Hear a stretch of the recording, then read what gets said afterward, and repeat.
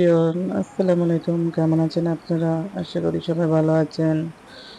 আবার একটি নতুন ব্লগ নিয়ে চলে আসলাম আপনাদের মাঝে। তো বন্ধুরা, আজকে আমি আপনাদের সাথে আমার জীবনে ঘটে যাওয়া একটি অভিজ্ঞতার কথা শেয়ার করব। তো ঘটনাটি হলো সেরকম যে আপনারা কি কখনো বাস্তবে ভূত দেখেছেন বন্ধুরা? যদি দেখে থাকেন তো জানাবেন। কিন্তু আমি কিন্তু দেখেছি বন্ধুরা, কিন্তু আমি এভাবে দেখেছি, আমি এভাবে দেখবো কখনো চিন্তা করতে পারি না, কল্পনা করতে পারি না। এমন একটা জিনিস আমার চোখের সামনে পড়বে আমার লাইফে, আমি মানে কি বলবো, আমার জীবনে আমার জীবনটা মানে উলটপালট হয়ে গেছে। আমি কখনো আশা করি নাই যে আমি এমন একটা জিনিস দেখবো।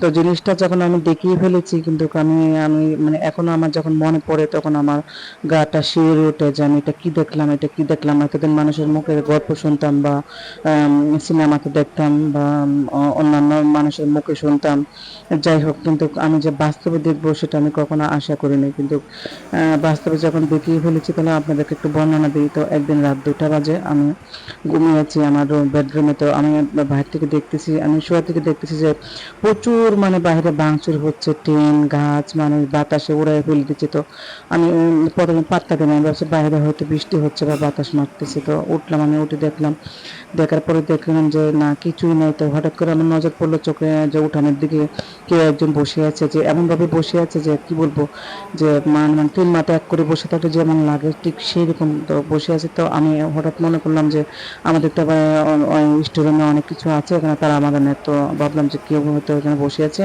কিছু নিয়ে যাবে, এর আগে অনেক কিছু নিয়ে গেছে। তো আমি জিনিসটা মনে করে যখন আমি বললাম যে এই এখানে কে, তখন ও কি করলো, ওই জিনিসটা কি করলো, এমন ভাবে দাঁড়াইছে বিশ্বাস করবেন না, ওটা মনে হয় যে 10 ফুট লম্বা। আর ওটার পরনে ছিল একটা প্যান্ট, শুধু একটা হাফ প্যান্ট ছিল, যেটা শর্ট প্যান্ট বলি আমরা ওটা।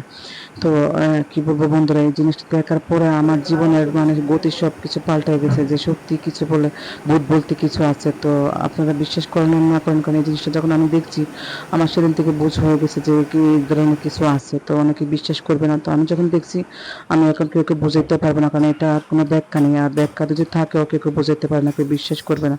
তো বন্ধুরা, আপনাদের জীবনে যদি আপনাদের লাইফে যদি ধরনের ঘটনা ঘটে থাকে তাহলে আপনারা শেয়ার করতে পারেন, আপনারা বলতে পারেন, আমরা শুনতে চাই। তো আমার ঘটনাটা আপনারা শুনলেন, আমি নিজে দেখছি, কেন এভাবে দেখছি আমি আশা করি না। তো এখান থেকে আমার শিক্ষা হয়ে গেছে। তো ভিডিওটা আজকে এখানেই শেষ।